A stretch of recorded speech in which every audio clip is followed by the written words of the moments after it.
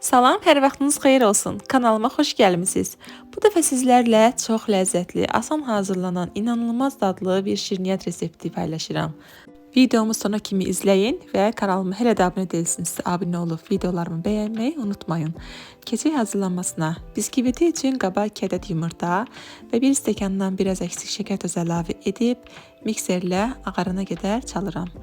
Qeyd edim ki, istifadə etdiyim stəkan ölçüsü 200 ml-dir. Üzərinə yarım stəkan süd, yarım stəkan duru yağ, qabartma tozu 1 çay qaşığı, 1 stəkan un və 1 xörək qaşığı kakao əlavə edirəm və bir neçə dəqiqəlik mikserlə yenidən qarışdırıram. Çox çalmağa ehtiyac yoxdur.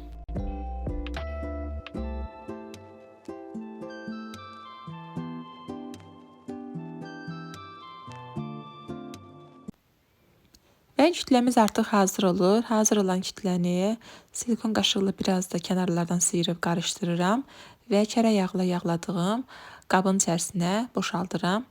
180 dərəcəlik sobada bişməyə qoyuram.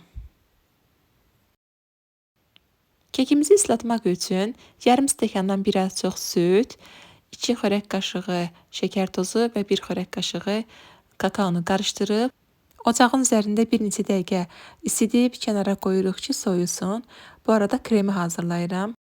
Krem üçün qaba 1 armud stəkan şəkər tozu, 1 armud stəkan un və 2 su stəkanı süd əlavə edib qarışdırıram. Topak əmələ gəlməsin deyə yaxşı-yaxşı qarışdırmaq lazımdır.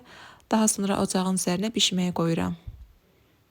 Bişərkən dayandırmadan əlimizi belə qarışdırırıq və bişdikdən sonra da bir neçə saniyə qarışdırırıq ki, üzəri qurumasın. Üzərini örtə edə bilərsiniz. Başqa bir qaba töküb daha tez soyumasını da gözləyə bilərsiniz. Mən bu kənara qoyuram, hərdən qarışdırıram. Və bu arada keksimiz sobadan çıxdı.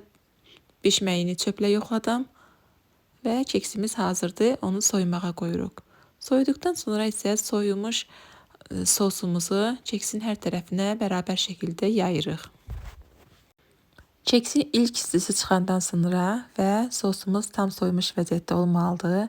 Qaldıqca da sosu öz canına çəkəcək. Sosunu tökdükdən sonra otaq temperaturunda tam soyuyana qədər gözləyirik. Bu arada krem üçün hazırladığımız bişmiş kremin üzərinə 1 stəkan, yəni 200 ml qaymaq əlavə edirəm və mikserlə qatlaşana qədər çalıram. Və kremimiz də hazır olur. Mikseri kənara qoyuruq. Çox ləzzətli, dondurma dadında bir krem oldu. Başqa reseptlərdə də mütləq bu kremdən istifadə edəcəm. Tam soyumuş, sosun içine çəkmiş keksimizin üzərinə kremdən boşaldıram. Mən kremdən çox olar deyə biraz saxladım, amma saxlamasam da olarmış. Çünki krem heç qətiyyən ürəyi vurmur. Daha geniş bir qabda etsəniz mütləq kremin hamısını istifadə edin. Belə arxası düz bir bıçaq vasitəsilə və yaxud da spatula vasitəsilə kremin üzərini hamarlayıram. Üzərini bəzəmək üçün isə sadəcə kakaodan istifadə edəcəm.